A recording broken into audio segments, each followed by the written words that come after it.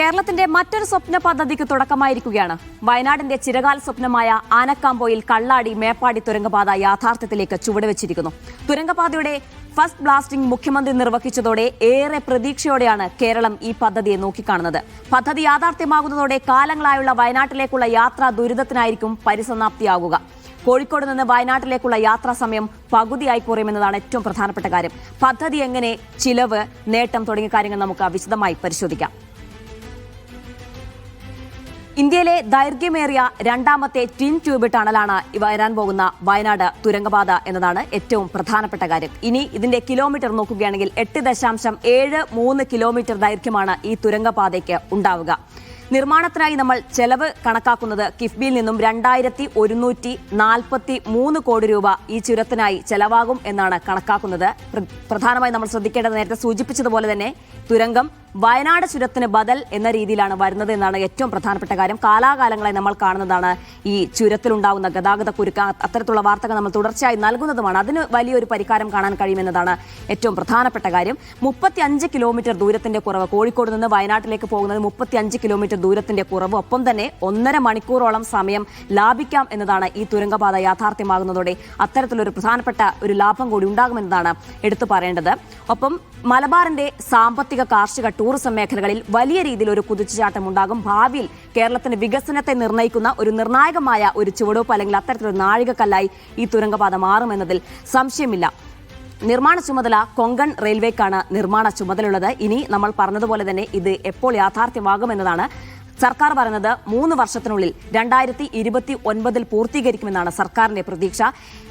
ഇനി ഈ തുരങ്കപാതയെ എത്രത്തോളം പ്രതീക്ഷയിലാണ് അവിടുത്തെ ജനങ്ങൾ കാണുന്നത്? പ്രധാനമായും മലയോര മേഖലയിൽ ജീവിക്കുന്ന കാലാകാലങ്ങളായി, പതിറ്റാണ്ടുകളായി അവിടുത്തെ വയനാട് ജനതയുടെയൊക്കെ പ്രധാന പ്രശ്നം എന്ന് പറയുന്നത് ഈ പറഞ്ഞ ചുരം തന്നെയാണ്.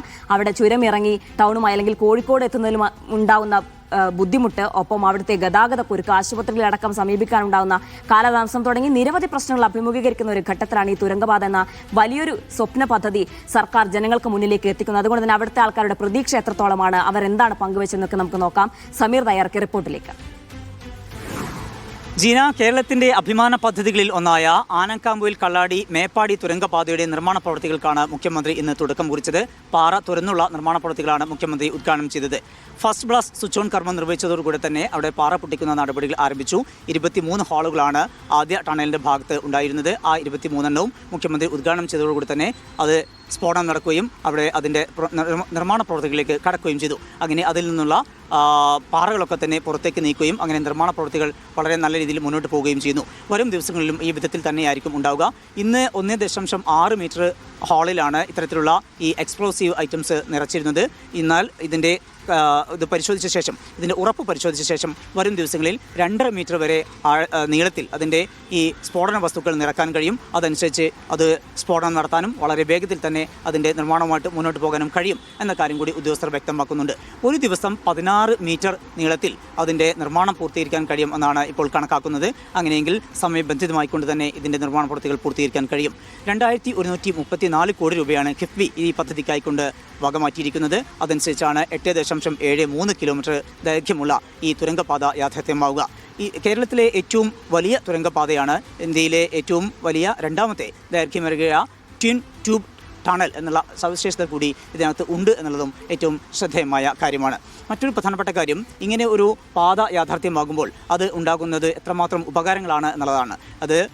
അതാണ് നമ്മൾ ഏറ്റവും പ്രധാനപ്പെട്ട കാര്യം നമ്മൾ പരിശോധിച്ചതും അതാണ്. ഗതാഗത പ്രശ്നം പരിഹരിക്കപ്പെടുന്നതിന് പുറമെ അത് മലബാറിലെ ടൂറിസം രംഗത്ത് തന്നെ വലിയ കുതിച്ചുചാട്ടം ഉണ്ടാക്കുമെന്നതാണ് ഏറ്റവും വലിയ പ്രതീക്ഷ. വനം കാര്യമായി നശിപ്പിക്കാതെ പാറക്കടിയിലൂടെ കടന്നു പോകുന്ന രീതിയിലായിരിക്കും തുരങ്കപാത നിർമ്മിക്കാൻ അത്തരത്തിലൊരു പദ്ധതിയാണുള്ളത്. വനം പരിസ്ഥിതി മന്ത്രാലയത്തിന്റെ ക്ലിയറൻസ് നേടിയതിനു ശേഷമുള്ള നടപടിക്രമങ്ങളാണ് ഇന്ന് നമ്മൾ കണ്ടത്. ഏതായാലും ഈ 3 വർഷത്തിനുള്ളിൽ തുരങ്കപാത വരുമെന്നാണ് സർക്കാർ പറയുന്നത്. ആ പ്രതീക്ഷയിലാണ് ജനങ്ങളുമുള്ളത്.